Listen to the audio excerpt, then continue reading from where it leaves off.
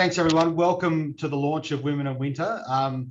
Really exciting initiative for us. It's been something that's been brewing for a while, and I really just wanted to, I suppose, just take the opportunity at the front to sort of thank Beck and really the steering committee, which is sort of a Snow Australia team of Wendy, Kathy, Annie, and Susie Warwick is one of our directors, and they've done really a lot of the heavy lifting to get this going. It's an exciting initiative, as I said. I think, and I've said this before about our sport. We've got a proud history of being gender neutral, and I think Belinda will talk about this, I guess, at a recreational and industry level. It's really sort of pretty equal in terms of male and female involvement.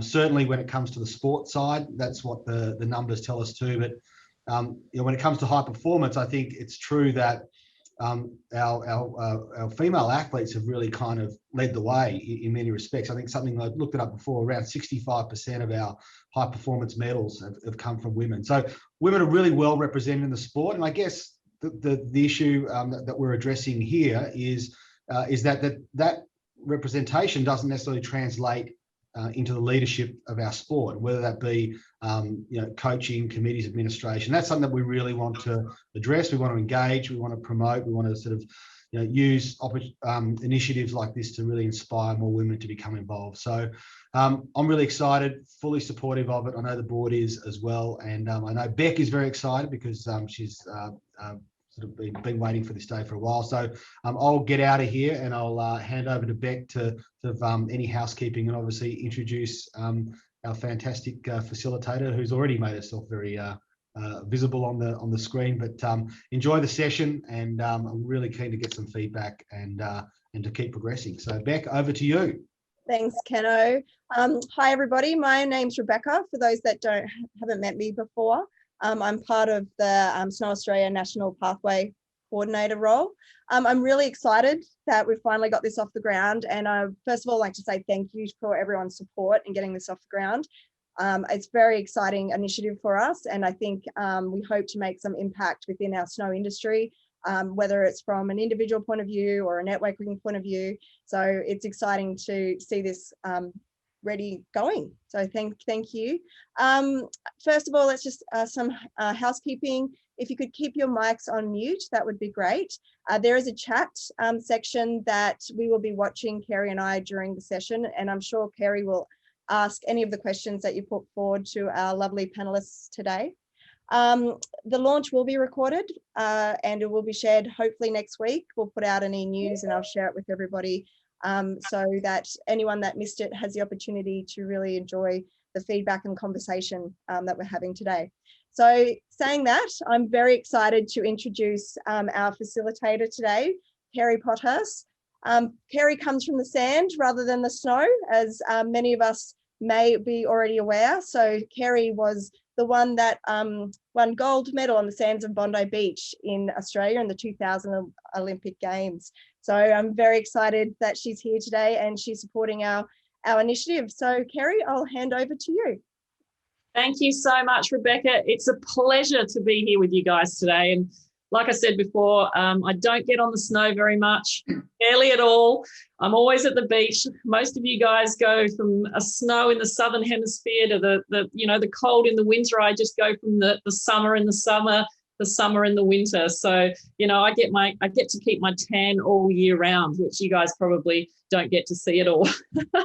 But in the spirit of reconciliation, Snow Australia acknowledges the traditional custodians of the country throughout Australia and their connections to land, sea and community. And we pay our respect to their elders past and present and extend that respect to all Aboriginal and Torres Strait Islander people today. So today's all about leadership. And I thought that the best way to kick off today was to get a little bit of interaction. So if you can just play along with us, I'd love you all of you who are online live right now, to use one word in the chat box of what leadership means to you. So just one word, so we get a really good feel of what everybody thinks and our panelists can see those answers as well.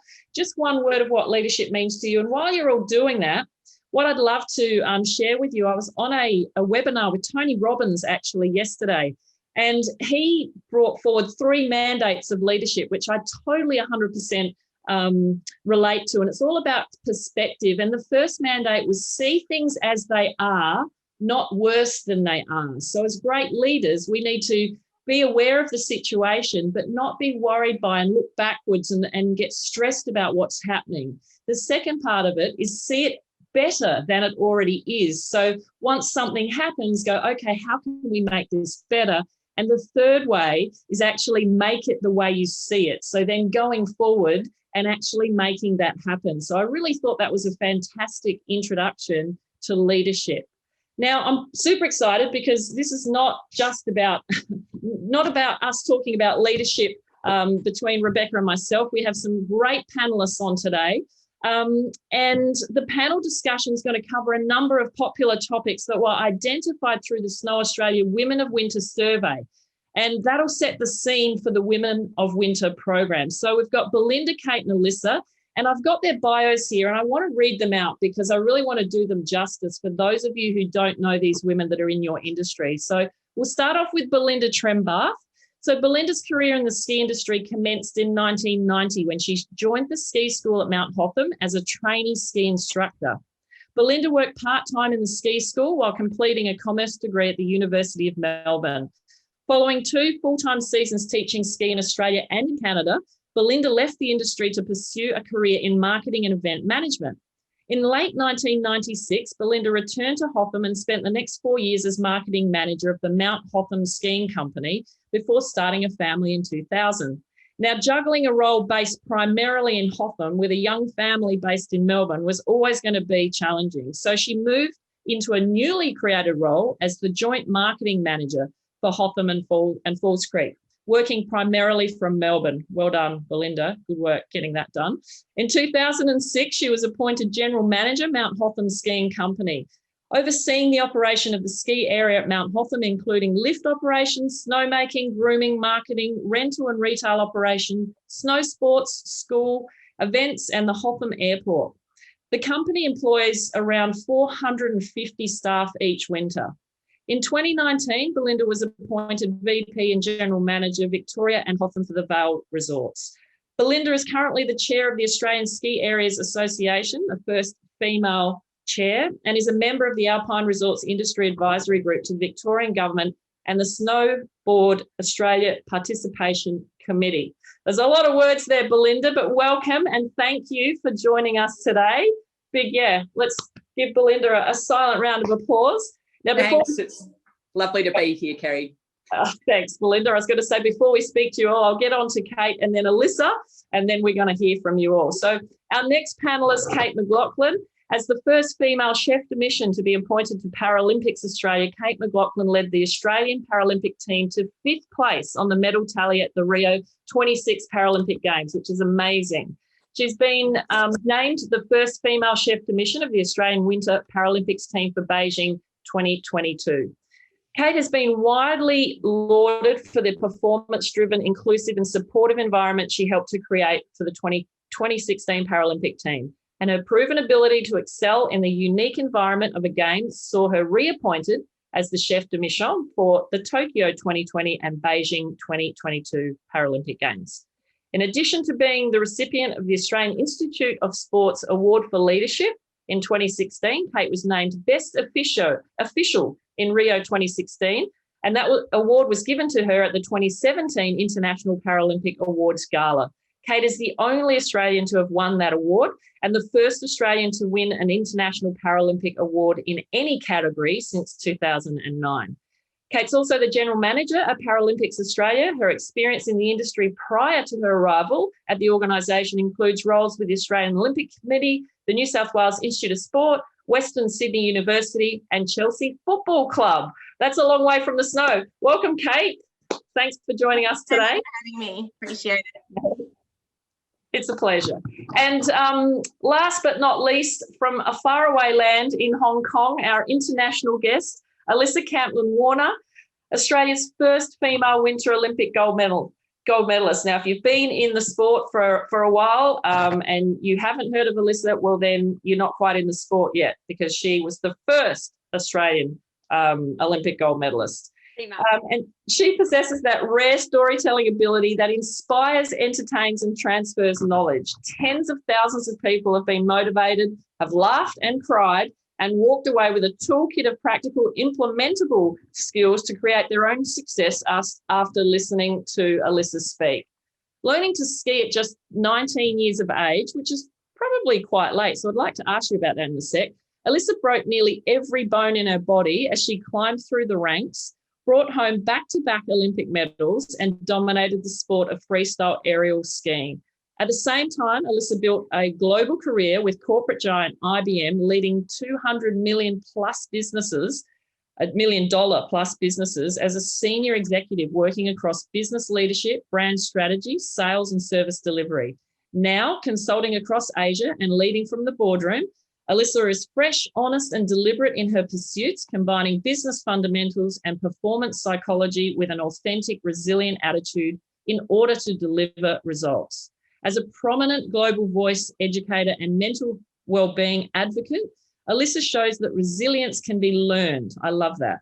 She works closely with the internationally renowned experts, practitioners, and academics across the world to deliver a multitude of practical tools and techniques that'll help everyone take the small steps required to improve their resilience for greater well-being and to achieve what's most important to them in life. Proving that success is a choice, Alisa turned heart-wrenching personal adversity into an opportunity to improve the lives of others, raising more than $2.5 million through her charity, Finnan's Gift.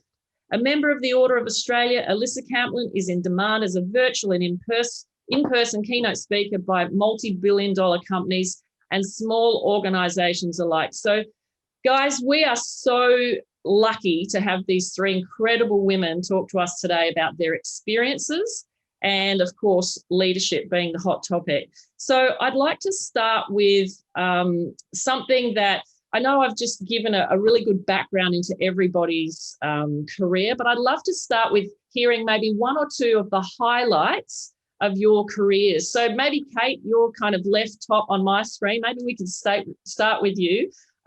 Welcome. And could you share maybe just a couple of little highlights of your career that you'd like to share with everybody? Yeah, thank you so much, Kerry. Look, I think it goes without saying that Rio is probably the highlight to date because those games, I was incredibly proud of the Australian Paralympic team. We punch above our weight at the best of times, but those games were really tricky in the lead up. There were, I think people can try and remember going back all the issues, I guess, that were happening in the lead up to the Rio Games. But we focused on performance and made sure that we looked after the athletes, created a really amazing performance environment, created a fantastic culture, and it came off for us, and we did so well. And I think some of the things I remember from those games vividly were just sharing in some of the individual performances. The best thing for me is I know that the athletes do all the work. They're the ones training all the time. They're the ones putting in the hard yards, the coaches, the officials, and so on. We're kind of just another cog in the wheel. But when you're still in the office at midnight and a young swimmer or young athlete comes up to you with their first medal for their first Paralympic Games and shares that with you, we're all crying, and that's the stuff which is just, it makes it all worthwhile. And you feel like in spite of all the troubles in the lead up, that you were a small percentage the reason why that athlete was able to achieve their dream. And that's something which is really special and really stands out for me. That's probably that at Games. But in terms of the rest of my career, another standout was working in the far north of Queensland, and I worked in some Indigenous communities in the Torres Strait Islands, and that was an amazing experience for me too, and something I never expected to be able to do, but just gives me a much greater appreciation of the power of sport for some of those small remote communities and what difference we can make in the roles that we play.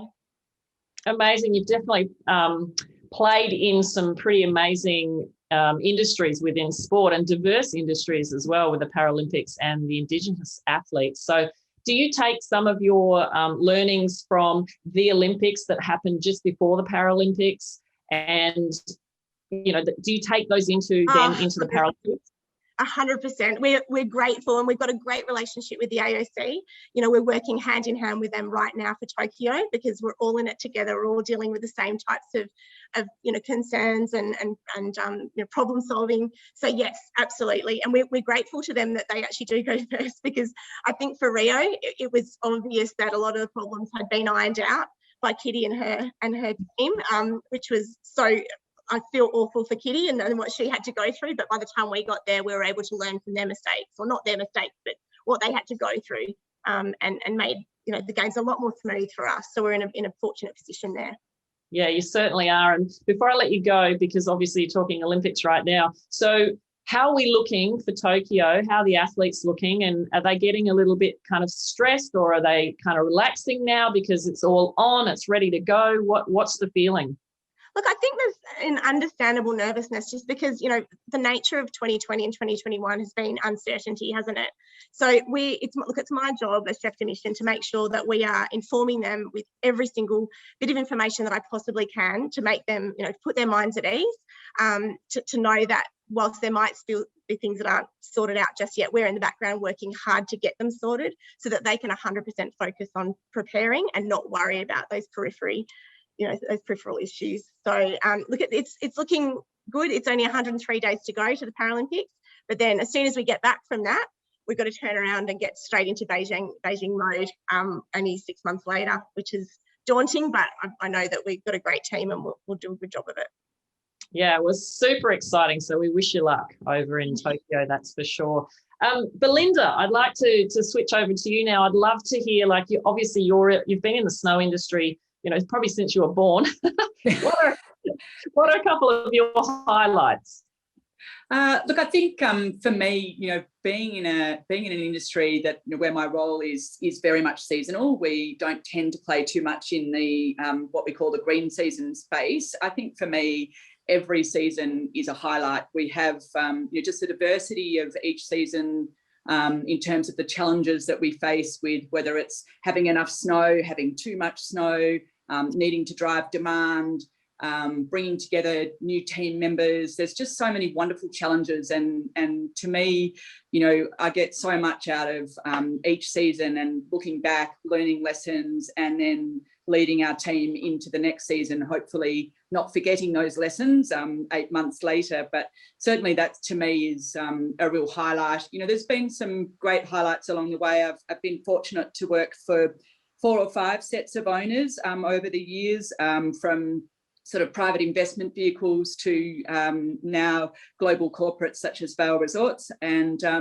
I think it's been just fascinating to look back and consider the journey where we really were a sort of a small family company that had just been acquired by Australia's largest super funds when I joined as marketing manager back in 1996. And we had to, I'm really showing my age, but we had to build websites. You know, back then we were still doing snow reports by phone each day. You know, it was just so different. There were faxes going out to retailers to tell them what the snow conditions were. That was the only way we could get the information out. So to think back to what we were doing then and how we communicate with guests now, and how the team worked together, and even in the last 12 months, you know, the highlight for me, despite the challenges that COVID brought to our industry, just watching how our team were able to navigate through that and to rise to the challenges. And you know, we're certainly looking forward to a wonderful winter this year, that's for sure. Yeah, amazing. And I remember the old days of faxing things. So when I first started playing and representing Australia, and I had my sponsors, and we were doing our own marketing, and I would photocopy all our newspaper reports and fax them all to our sponsors with little stories of where we were up to. So yeah, we were doing our own marketing and branding back then too. And these days athletes have got massive teams, and of course social media must be a revelation to you in the marketing world as well. Absolutely. Yeah, terrific. Thanks, Belinda. Alisa, welcome to us here in Australia from Hong Kong. How's everything going over there? Yeah, it's been really good. It's a really different experience to, you know, I've been here for 3 years, and the first year I came, it was really just experiencing Hong Kong as it was. We came for my husband's work, but it was a great opportunity for me to transfer some of my work over here and to give our young kids a diverse experience that would build their characters more broadly. The second year we were here, there was a lot more political unrest and history playing out here. And, we were excited to come to be a part of history, and it just moved quicker than we were expecting. And then, of course, our third year here was a different COVID experience to you, but fortunately both Australia and Hong Kong have had a great community response and pretty well managed. But, last year for me, I run my own business, so it was pretty difficult for me to manage a business, and also to, my kids were only in the classroom for 7 weeks over 14 months. So that's been the biggest difference, is that, Hong Kong goes to ground with schools when anything breaks out. So, I really was a full-time schooling mum last year, and I took that job seriously.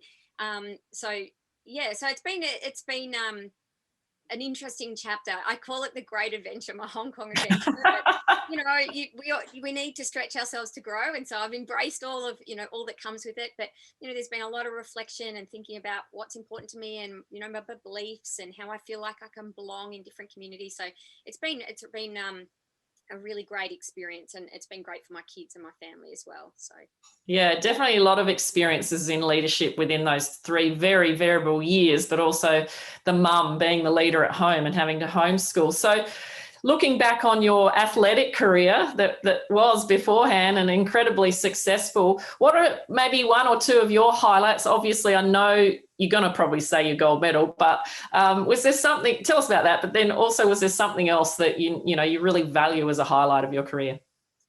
Yeah, so it's funny, the things that I was listening to Kate and Belinda talking about their highlights, and so I was sort of thinking about what have been my professional 30 years highlights. And so if I really just hone in on that sport block, it's not what you think.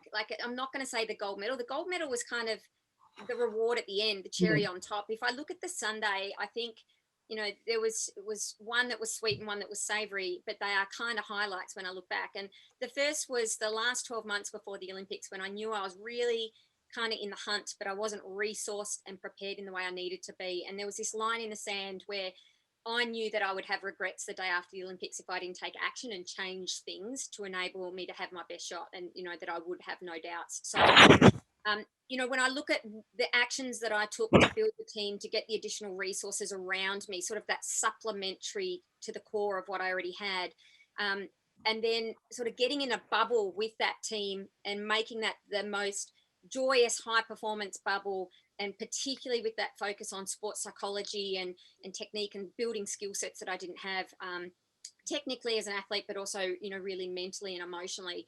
It changed my life, and it really unlocked for me the difference between, 80% and 95% of what you need to succeed.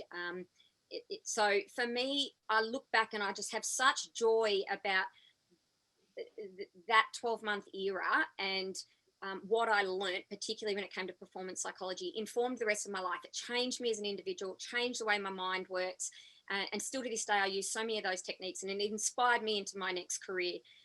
The flip side of my Olympic career, and clearly the gold, amazing. When I look at it and I think, to have delivered on the plan, we set a plan and we had all these variables that could happen. They didn't really eventuate. Well, I did break my ankle 6 weeks before the game, so I had to come in slightly differently to what I expected. But ultimately, it was a beautiful sunny day and there wasn't complications really, and I just executed what we'd practiced. Going into Torino, that next 4 years is probably my other highlight, but it's a highlight because it was so hard. Sustainable success, being the person that everyone's hunting, trying to drive new frontiers in a sport, to be a role model.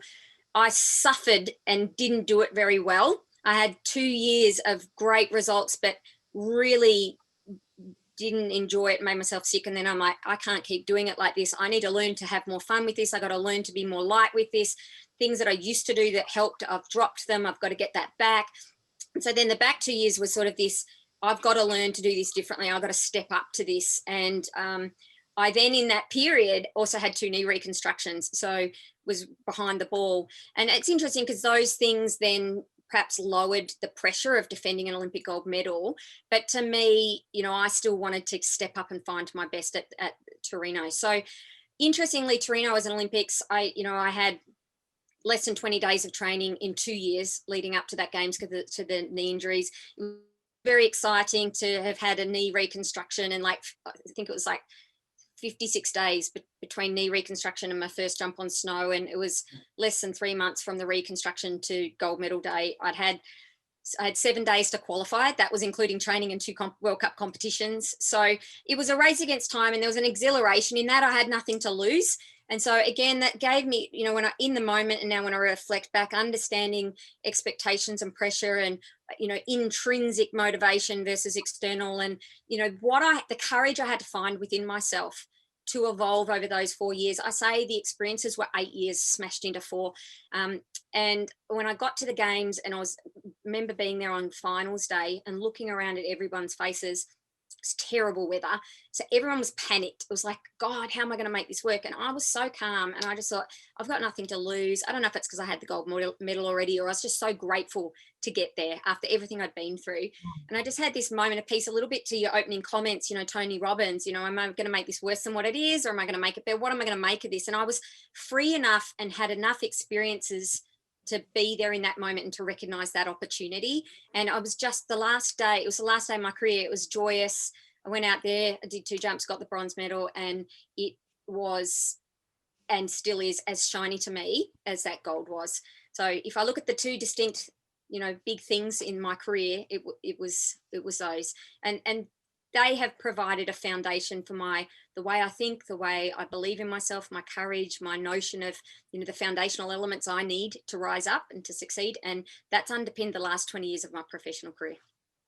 Yeah, amazing. And I mean, all of you have had those experiences that, you know, that really underpin where you are now as great leaders. And as I said, you know, like at the beginning, it all starts within you, and you had to lead yourself through those 4 years to get to that moment of calm. So, you know, you can't buy that. You have to live those experiences to become, you know, the leader that you are today. Look, you're such a great communicator. Obviously, you speak a lot, and you do that as a profession. Can you give us some tips? Like, you know, not for everybody. It's not for everybody to be a good communicator. But how did you become a good communicator or sharer of your stories over time? What tips can you give some of the people on the call today? So I'll kind of give my tips a little bit, not just about being on stage, because that's less likely. From a leadership capacity, we all have to use our communication to influence people, to motivate people, to inspire people, to sell them on a concept, to give them feedback to find better within themselves. And so once you understand what humans are looking for, and you sit and you ask yourself, how am I going to be successful here? You know, I come from a sales background at IBM. So, you know, it's always a sell. I'm trying to sell a message, and I want an action or a response from that. So really thinking about the outcome you're trying to achieve, what's my goal, helps you to better design the outcome you want to achieve. And, you know, there's oftentimes I might walk into a meeting, or you know what an agenda is, you know what your key items are going to be. You might be going to an event where you can network, and you're like, these are the projects I'm working on, and this is where the people I'd like to meet, or the types of support that I'm looking for. So when you know your goal, you can better prepare. And it's just like, you know, you don't just turn up at the Olympics and give it a go. Hope is not a strategy. You know, you plan and you put in the effort. So for me, even when it's about giving speeches on stage, you know, I've looked today at, you know, feedback that's come in from the women in winter, and I'm like, well, what do people want to hear about? So I think the important thing is knowing what you're trying to achieve, and then how do you connect and best motivate and inspire people. One of the things I've also learned is, you know, preparation makes you more courageous. What's my top 3 things? How am I going to get myself comfortable to do this? And to rehearse. Like, I have rehearsed speaking to my backyard fence. And then I've rehearsed speaking to the back of my house that was glass, when I can see things going in. So there was distractions, and I'm still trying to like keep it all together and not get distracted. So like in sport, you do single somersaults, double somersaults in snow, you know, like under competition pressure, you need to hone your skills. So I practice things that I want to do from a communication perspective with my friends and family, or with my children. I try stuff out. So I'm really a big believer in training and preparing, because that's what gives you the courage and helps your brain, I guess, know that you've been there before. The other thing I would say is that often communication is not just one performance. So if I think about boardrooms and leadership experiences I've been in, when issues are complex or you've got big personalities or there's strong opinions involved, one conversation's not enough. And you need to do what I would call more stakeholder management, where you need to get a sense of where people are at, more coffees. How are you looking at that, at these situations? What's important to you? What's the lens you're praising it through? What values are driving your thoughts around this? Tell me more, tell me more. I'm wondering what, like, huge amount of curiosity to build a knowledge base, to know where people might be going with the conversation. So in a way, you're ready to scenario plan out how the communication can go so you can be more successful. And definitely, like for me with board meetings, I have been on a number of boards across health, government, sport, being able to do most of the work before you get into the room. Like the room is the close, you know, making people feel good about it. It's all the conversations that build up. So I think when your goal is bigger or more complex, you need to look at the communication as a series of stages. And I would say that really helps too, because when you're just focusing on one stage, you're not overwhelmed by the enormity of things, and you can go away, prepare, listen, learn, what can I add to this, and to keep working through it. So it's a skill. It's an attribute that, like sales, communication will serve you for your life. So investing in those skills and building that capability is something that I would recommend to anyone who, you know, as a competency, a professional competency. Yeah, love it. Great. Kate, do you want to add to that? What's helped you build your communication skills? Least. I don't know whether I can top that. No, look, I think, look, I'm a very, very anxious person, and I'm a very, like, I'm not confident. Like I can get up in front of 400 members of the Australian Paralympic team and nail it, that I come off and everyone goes, oh, great speech. But inside I'm like, oh my gosh, I hope that was okay. So I'm quite hard on myself. And so I think one of the things I use when I start any kind of speech, I'll try and use a bit of humour to kind of disarm the crowd, and maybe a bit of self-depreciating humour too, because then they feel like, if they feel at ease, then you kind of feel like you've got the room's a bit more relaxed, and then it becomes a lot easier for you to communicate with the room. The other thing I think as well is knowing your audience. And I think, Alisa, you touched on it a little bit there, but I feel like it's really important. The way I would address a room of athletes versus the way I would address a room of, performance directors or government, people that we have to try and lobby for funding is very, very different. So it's just trying to get the pitch right for the group that you're in. And that comes with preparation as well, knowing the people that you're going to go in and speak to, having an understanding of their background, what they're expecting you to say. But I think the other thing as well, particularly with athletes and the groups that we often work with, is developing a really strong rapport with them to start with. Because when you do have to communicate difficult news or news that they might not be expecting, it's a lot easier if you have that existing relationship with them in the first place.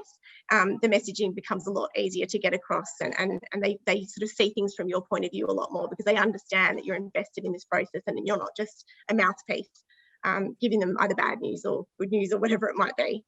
So yeah, love it. So both of you really have touched on obviously preparation and practice, but also knowing your audience and the relationship that you've built with the people beforehand, so you feel that confidence and so you feel that respect back and forth. How about yourself, Belinda? Look, wonderful, comprehensive answers from both the ladies, that's for sure. And I'm not surprised that Elisa's talked so much about preparation and planning, given her background. And it was certainly something that I would touch on as well. I think, preparing before any sort of communication, whether it's a one-to-one conversation with a team member or a colleague or a member of government, whatever it might be, preparation is so key, and writing out those talking points, really considering what you want to get out of the conversation and understanding as best you can what the other person might want to achieve as well. I think, setting the tone and really making sure that you're having the conversation in the right place and at the right time is super important. I think one of the things that I've learned over the years is there's sometimes not a right time, and that you have to be prepared to have conversations that you think are going to be difficult for the other person to receive. But if you delay those too long, then it becomes even more difficult for you to deliver the news. So I think that's been a really big learning for me as I've sort of evolved through my career as a general manager, that I can't wait 3 days to have the conversation because I think it might be better for the other person in 3 days' time. It really needs to be had sooner. Otherwise, it won't have the sort of it won't come across in a way that will really give them the feedback they need. So yeah, that's what I would add. I think, you know, both great answers from the ladies. And the other thing I'd say is to never stop asking questions, and to be confident that if you've got the question, someone else in the room probably wants to ask that same question too. So, you know, there's really no silly questions that people can ask and, you know, I think that has to be strongly encouraged with women in particular. Yeah, I love that. I'm on the board of Volleyball Australia, and I find that I've been on the board now for nearly 4 years, I think. And I find that one of my strengths. I mean, I might not add a lot when we're talking about finance or something like that, but when there are questions to be asked, I'll be the first one going, hang on, what about this? What about this? What about this? And having that confidence to just, don't worry, you know, whether you think you might be a fool for asking that question, because like you said, there was someone else who doesn't know the answer either. Yeah, listen. I would like to echo that, because I think sometimes back in my early days in IBM, I was in an executive role, but I was young and I looked like the daughter of my customers, you know, and sometimes I think you need to assume the role and act in the way that's according with the role. And, you know, I call that fill the shoes that I have to be wearing. And if that needs to be steel boots, you know, steel toe boots, and that's what I've got to do, then I need to stand up to that. And to me, that's about questioning myself to be courageous. And often, like, as you said, Belinda, you sometimes need to be courageous enough to do what's right and what's needed and what your role requires. But I think a big part of that is empathy. Like, every conversation is around people. And if you can take the time to either inquire or pre-think about what's in it for me from the audience's point of view, the person I'm talking about, how am I likely to respond? What drives, motivates me? How could I feel threatened or rewarded through this conversation? So if you can think about the fact that we're all people and we need to relate, and there needs to be trust in that, and I can still be courageous and do what needs to be done, or ask that hard question that needs to be asked in a board meeting, but understanding that we are all people, and that you are, in moving forward, you are providing something that's important to the what's in it for me for that other person. You know, the win-win situation might not always be the comfortable thing, but the what's in it for me is more clarity or more truth or more honesty, or something that's going to enable you to grow, or to bring the elephant into the room, whatever it is. But I think like all things, that sort of courage and thinking about it more holistically comes with practice. Yeah, awesome. Well, like, I mean, we're all women and we all have families that we want to care for and look after, and men as well. I mean, work-life balance becomes a bit of a juggle, and we talked about that in your bio, Belinda, particularly. So I'd like to start with you on this one. How do you hold that demanding position at the same time as juggling a family? Are there any tips that you can help men and women listening today with? I'd start off by saying I have an incredibly supportive family and an incredibly supportive husband. I'm super fortunate that he probably loves to ski more than I do. So that's been a huge bonus for me. But I think, you know, it's about making sure that you do check yourself at the door, put on your mum face when you get home, and try and spend the time with your family, but also acknowledging there are times when you're drawn away and that you do need to go and make a phone call. I'm pretty sure my kids started playing with, you know, toy mobile phones at a very early age because mine was stuck to my ear constantly. And I sort of had to learn to try to just sort of stop and give them the time they need so that I can then be better and give my work the focus it needs without having, you know, a baby on my knee or whatever it might be. But you know, I've had some pretty funny times where I was nursing my second child whilst we were going through a sale process, and we were struggling at the last minute to do all of the management presentations. And I just remember the CFO and the CEO arriving at my front door. I've got this 2-month-old baby, and we're trying to manage, you know, tidy up the management presentations as they flew back out the door to deliver them. I thankfully didn't have to go at that point in time, but you know, I'm lucky I'm a road cyclist. I absolutely love getting out in the morning and hitting the road with a group of guys, predominantly actually, and just really value the time on the road with them and the conversations that we have. And I'm just fortunate we do that at 5:30 in the morning, so that's my time as well, which is great. And then I think the other thing is for all of us to be aware that flexibility needs to be afforded not just to women but to men too, to ensure that they can juggle their own work-life balance and that of their partner, and that's something that's increasingly becoming important to me as we bring new leaders into our business, and they might be relocating from other parts of Australia, and I'm really, really, really cognizant that their partners' careers and their families are just as important as mine, and I want to make sure that we do everything we can to provide the flexibility they need to be successful and for their partners to be successful as well. Yeah, great leadership. Awesome. Kate, what about yourself? How do you juggle life around your amazing Olympic experiences? Not very well, but I'm trying my best. I have to share a story with you. When I was in Rio, I have 2 little boys, and one of them was 4 years of age when I was in Rio, and I was on Skype with my husband, and I was trying to get him to come to the phone to say hello, and eventually he did, and he said to me, and this is about week 3 of a 5-week stint in Rio, "Mummy, don't you want to be part of this family anymore?" Oh, how did you feel? I was lucky I was having a very strong day that day, and I felt, otherwise I would have probably been on the next flight home. But look, it's so tough. We are traveling as part of the Paralympic team for extended periods of time, and it's really tough on the family. But to Belinda's point, I've got a really supportive husband who's happy to look after the kids while I am away.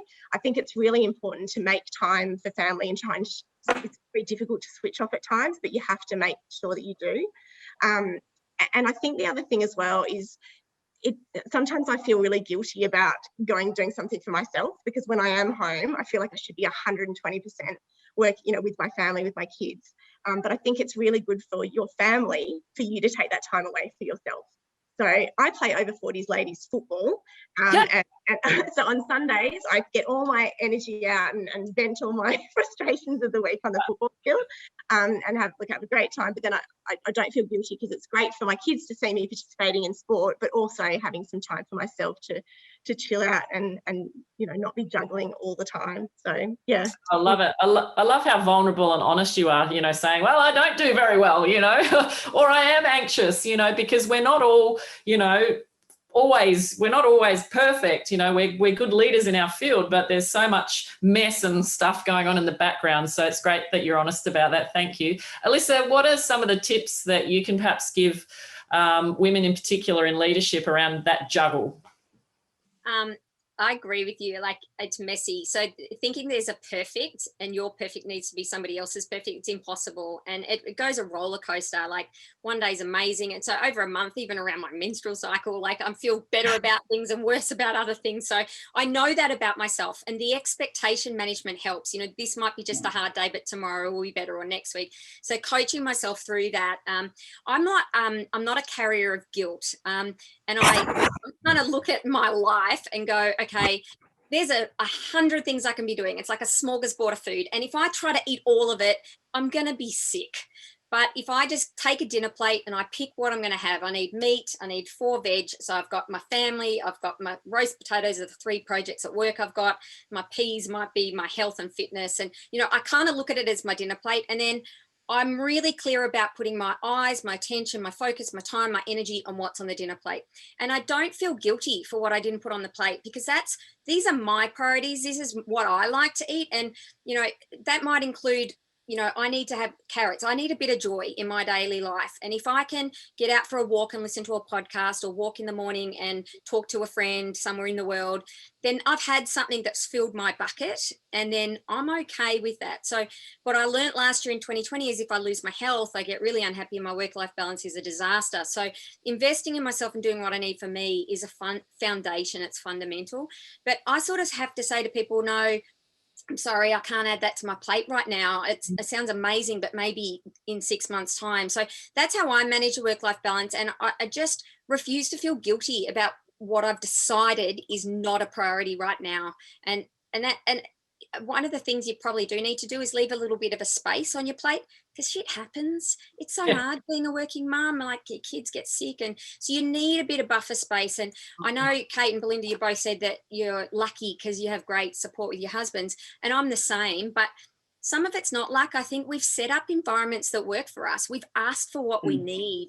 We've put in place the backup and the support that we might need around us to maximize our potential. So I think it's a really honest conversations with yourself and with others in your team is what helps you to set up a work-life balance that's sustainable. And I have learned this the hard way. I've gone to hell and back trying to work this one out, but I finally feel like I understand the boundaries I need to set for myself in that space.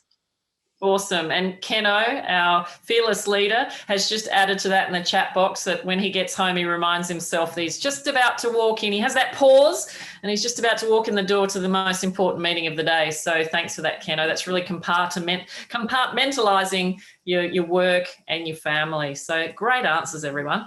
Now, I'd love to ask a little bit, and we'll probably have to keep our answers a little bit short, because time's going so quickly, and I've got a couple more great questions, but it's just about experiencing some of those lows in your careers and how you managed to navigate through those lows and come out the other side. So Alisa, perhaps we can start with you. Obviously all the injuries, things like that, you might bring those up or might be something else, but what are some of what's one strategy that you use that pretty much works every time to get yourself out of that pit? I'm thinking about things where I've been really challenged professionally, but also really challenged or overwhelmed with my life and what I'm trying to handle, or feel like I've bitten off more than I can chew. And I probably go through the same process, and that is to firstly define what is most important, and then to ask myself questions to really work out how honest I'm being. Why am I feeling like this? Why do I feel vulnerable? Why do I feel fear? What is it? What is it? What is it? And when I can really tap into what it is, then I can start problem solving. And I'm really about how do I problem solve my way out of things. And for me, an analytical, rational way is my style. But in 2020, when I was overwhelmed, what was most important to me was my health and homeschooling for my kids. And I needed to make some hugely tough decisions about pulling back from my work, walking away from contracts. I've got a big team. I had to manage everything to just smallest possible commitment to keep the business running and keep people employed, just to get through that period. And that was really tough, but it came from saying, what is possible? What can I really achieve? What will I look back on in 5 years and regret that I didn't do? So for me, asking myself hard questions enables me to work out what is the right pathway forward. And so that's helped me pretty much get through really tough times. I think a lot of people know I lost a child. My first son was born with a congenital heart disease. Going through the grief, how do I feel? Why? I realized part of recovery for that and moving forward was speaking to experts. So I needed more support. So I spoke to counselors, and then it's how can I felt helpless. How can I be less helpless? I can set up a charity to make a difference for other people's lives. So that process has played out for me so many times in my life, and it gives me back a sense of control, I suppose, when things are at their worst. Yeah, always looking forward. How can you make things better? Exactly. Kate, what about yourself? One strategy that you've used? I'm gonna steal Alisa's again, actually, because it's what you said about making sure you remind yourself what's important and go with your gut. So if you're feeling like something is a good decision, you just need to go with it. I had a situation. I was actually announced as chef de mission for the Sochi Paralympic Games. And I, at the time, didn't know that I was pregnant with my second child. And at the time I thought, no, I can do this. It'll be fine. It'll be totally fine. I'll have a 3-month-old. They can stand Rosa Hooter. It'll be absolutely fine. I'm going to do this. And in the meantime, my mum was diagnosed with MS, and she was going to be my, someone to look after my child at the bottom of the hill. And look, it got to the point where by the November that year, I thought, I can't do this. It's not fair on the team. It's not fair on me. It's not fair on my mum, and it's not fair on my child. So that was the most difficult decision of my career, to have to give that chef de mission role up. But I know when I look back, I looked at what was important and I went with my gut. And when I look back, it was the best decision, because those athletes needed someone who was 120% there for them and not busy with other things or worried about other things. So it was hard, but it was the right call. And that's because I reminded myself of what was important. Yeah, I love it. I love it. Being able to say no because you know what's important. Fantastic.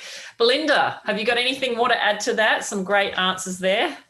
No, look, I think a motto that I have to live by running a ski resort where we're not in control of every element of the business because we're reliant on what Mother Nature brings is tomorrow is another day, and we can pick ourselves off the floor, dust ourselves off and have another go.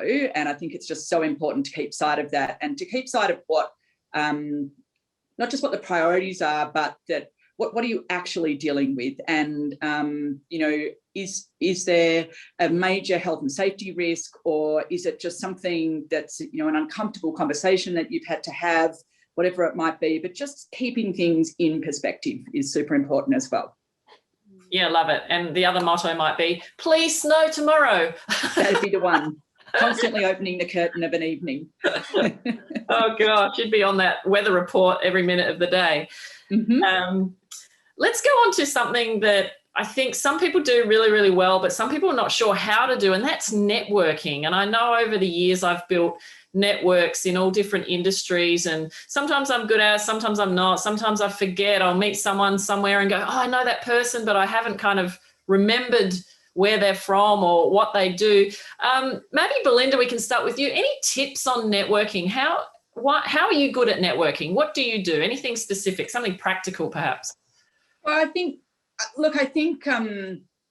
networking can be really difficult. I'll be honest. It's something that I found quite difficult, especially walking into a room of people and you might only know one other person and you don't want to be hanging off their side for the whole evening. So I really learned some great skills. A woman that I worked for a long time, Helen, who's still in the industry, she would take me along to functions and she'd be like, come on, Belinda, we're off, let's go. And she just taught me to put my hand out, introduce myself and start asking questions of others. And I think that if you're feeling uncomfortable and you're not sure that you want to share your story, then just start asking questions of others. And what I find though is that once you say you're from the ski industry, everyone wants to find out what you do, what your job's like, you know, do you work year round? What do you do in the off season?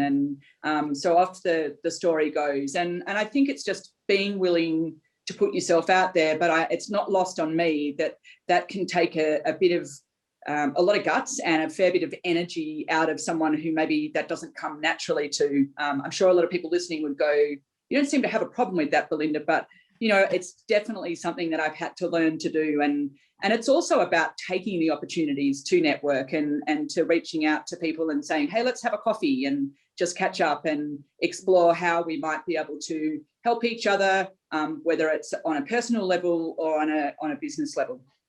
I'm keeping my answers short for you, Kerry. Yeah, no, that's all right. We've got a couple of minutes left. And also I found recently, like in my professional career, helping other people connect as well. So it's not about you connecting with someone and them connecting back with you. It's helping someone where you hear, oh, I think I might be able to connect you with this person. That's something we often forget to do. Kate, what about yourself? Are you shy in a network situation, or are you out there doing the elbow handshake now? No, I'm pretty shy too, to be honest. But I think, and I think it's a lot more difficult for women. I think when you walk in, particularly in the sports industry, and I don't know, you know, snow industry might be a little, it's very male dominated. And so it's quite overwhelming when you walk into a room full of men to feel like confident enough to go up to people and start talking to them.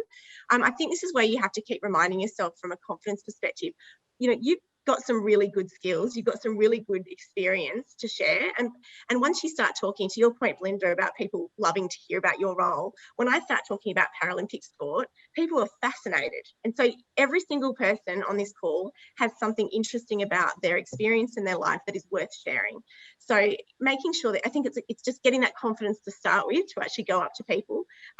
But think about the long-term effect of networking too, because in this industry, it's relatively small and you can make very, very fantastic networks in a very quick space of time that ultimately can propel you quicker than you've ever imagined. You can also find that you run into people so much in sport, you never know who you're going to run into in a couple of years' time, because everyone moves around the industry very easily and quickly. So it's important to make those connections really early on in your career so that you've constantly got those connections. Amazing. Alisa? Yeah, I agree with both of what the ladies have shared. I think your suggestion of like meeting people and introducing other people, you don't always have to think about networking as in being in the big room. How do I work the room? But given Belinda and Kate didn't talk to that side of it, one of the things that I had to get comfortable with after the Olympics was being in big rooms of mostly men and not knowing a lot of people, and how am I going to work myself around this room so that I don't stand there with nobody to talk to or waste the opportunity to meet new people because I'm staying with my one safe space. So to pretty much be able to sidle up to a group, you have to remember people are human and people don't deliberately try to be rude. And especially when they're a group, they're not going to be fundamentally rude in front of each other. So if you come and sort of walk in and you slowly make yourself seen, someone will catch your eye and you can I join you? Hi, I'm Alisa. I'm from skiing and the ski industry. Don't let me interrupt your conversation. And then, if they keep talking, you can listen and then slowly build in. If they pause and they really stop, everyone introduce themselves in a stilted conversation, having a few lines where, what's keeping everyone busy at the moment, or having two things to share about yourself, what projects I'm involved in.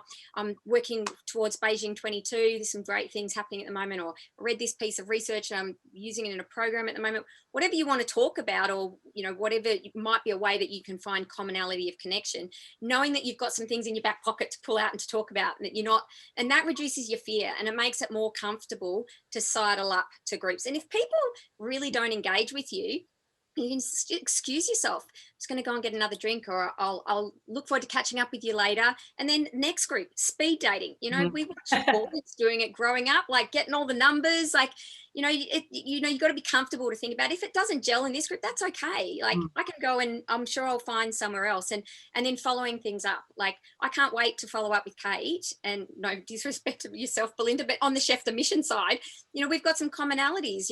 I've got Beijing 2022 in 10 months. So I'd love to talk to Kate about her prior experiences in that role. And so to be able to just drop an email later and to do that networking in a more safe way out of a public eye is an option we all have.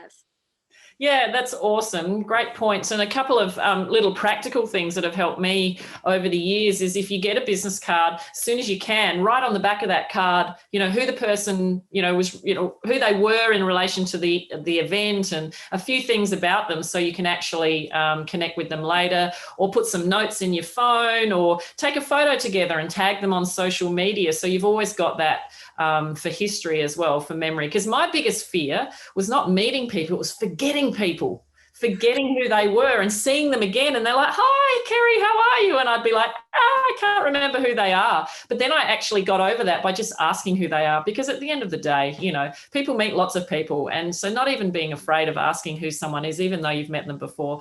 Where did I meet you again? When was the last time I saw you? You can come up with some questions that don't make you look, too much of a wally for forgetting them. They're great tips. Yeah. And finally, ladies, I'd love to ask you, is there another career in you? Do you see yourself going past what you're doing now? Is there something coming up, another challenge perhaps that you can think of? If not, no worries, but is there something there that, you can give us a hint about? And maybe we can start with you, Kate. I'll be honest, I want to get through to Beijing. That's my first priority at the moment. I've got 2 games in front of me. At the moment, no, look, I absolutely love what I do. The Paralympic movement is very, very special to me. And I think if I was to move away from the role that I play at the moment, there would be some link back to Paralympic sport, because it's just, I'm so incredibly passionate about it. The way that it changes lives and, changes the perception of disability in the community is so important to me. So it might not be forever in this role, but I'd say I'll always be linked to this movement and this Paralympic family. Beautiful. Love it. Belinda? Yeah, look, Kerry, I've just been in my new role overseeing operations at Hotham and Falls Creek since sort of the end of 2019. So I'm really a bit like Kate, looking forward to getting through my first full winter with oversight of both those operations, working closely with our general manager over at Falls Creek, learning more about our operation over there. Even though I've been in the same business for a long time, it's different when you're leading that effort. And I really just want the opportunity to do well in my current role. But I've still got 20 plus years in the workforce, I'm thinking. So I'm sure around the corner there will be another challenge that presents itself, and I'll be up for it, that's for sure. Maybe you can all kind of rotate and go into each other's industry. So Kate, you can go into business. Alisa, you can come back into the resorts. And Kate, you can go, Belinda, you can maybe go into the Olympics. Yeah. Might be a bit late for that, but not at a leadership level. Yeah, of course. And Alisa, what about yourself? Anything on the horizon? Listen, I think leadership, and everyone who has a professional career, you need to see it as it's like a marathon, but it has segments and stages, and you kind of have these up stages and lateral consolidate, diverse, like broaden stages, and then you push again, and then you need to manage your energy as you go. And part of that is that your life needs to be a life worth living, sort of your time average contentment with your professional career and your life. It needs to marry or it's not sustainable. So for me, I kind of always think about the stages and how can I recover my energy and consolidate so I can push again. So I'm pushing at the moment with my business. Last year was a hard year, and everything's opened up again. Great in 2021, new customers, new opportunities. My work asks me to be courageous a lot. And I'm working with a lot of academics, a lot of different practitioners, writing papers and things, that I never thought I would be doing. So I try to keep managing my dinner plate and looking at what phase I'm in, managing energy. And for me, that in itself is the challenge. That is a challenge, to live a life that's satisfying, and raising kids too. So yeah. So all of us, our next challenge is going to probably become grandparents. That's probably further down the track, and having to manage that. But ladies, it's been an absolute pleasure. I've loved listening to your stories. We could listen to all of you all day. Thank you so much for sharing everything with us and being so open and vulnerable. I hope all you guys out there have really enjoyed listening to this panel. It's been fantastic. Rebecca, I'm going to throw back to you so you can close us off with a few bits and pieces. And thanks for having me too. It's been a pleasure to be part of Snow Australia just for 1 hour. Thank you so much, Kerry, and to all the ladies. Thank you for your time today. I know how busy your schedules are, especially Kate was off with a Speedo launch just before she jumped in. So thank you, everybody, for coming along. I got some really great little nuggets out of that. I hope everyone else did. And got some takeaways and can take the time to reflect over the next couple of days over those little nuggets that they found. Coming up, we have some more webinars coming up in the next couple of weeks. One is on the Thursday the 27th, and it's all about establishing your core values and principles.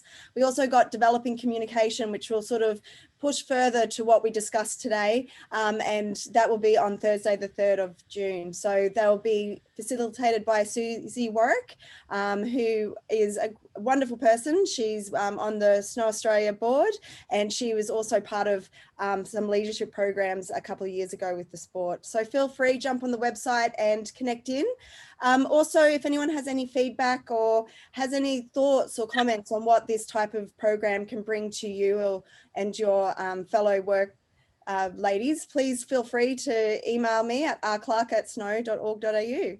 So thanks, everybody. Thanks for support. And ladies, I might see you down at the Snow, especially BT. I'll see you in Hotham in a couple of months. Okay, bye, everybody. Thank you. Bye, guys. Thank you.